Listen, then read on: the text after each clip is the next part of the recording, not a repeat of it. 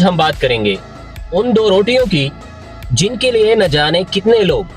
हर रोज अपनी जिंदगी की सबसे बड़ी मुश्किल जंग लड़ते हैं। एक मजदूर सुबह घर से निकलने के वक्त अपने बच्चों के चेहरों को देखता है और दिल ही दिल में वादा करता है कि आज खाली हाथ वापस नहीं लौटेगा। फिर वो सारा दिन पसीना बहाता है, सख्त गर्मी बर्दाश्त करता है, लोगों की बातें सुनता है,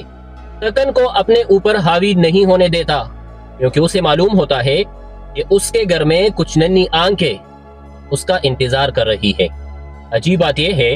जिन लोगों के दस्तरखान पर हर रोज कई किस्म के खाने होते हैं, वो अक्सर इन दो रोटियों की कीमत नहीं जानते। लेकिन जिस इंसान ने भूख देखी हो, जिसने अपने बच्चों को सिर्फ पानी पीकर सोते देखा हो, जिसने अपनी ख्वाहिशात कुर्बान करके दूसरों की जरूरत पूरी की हो,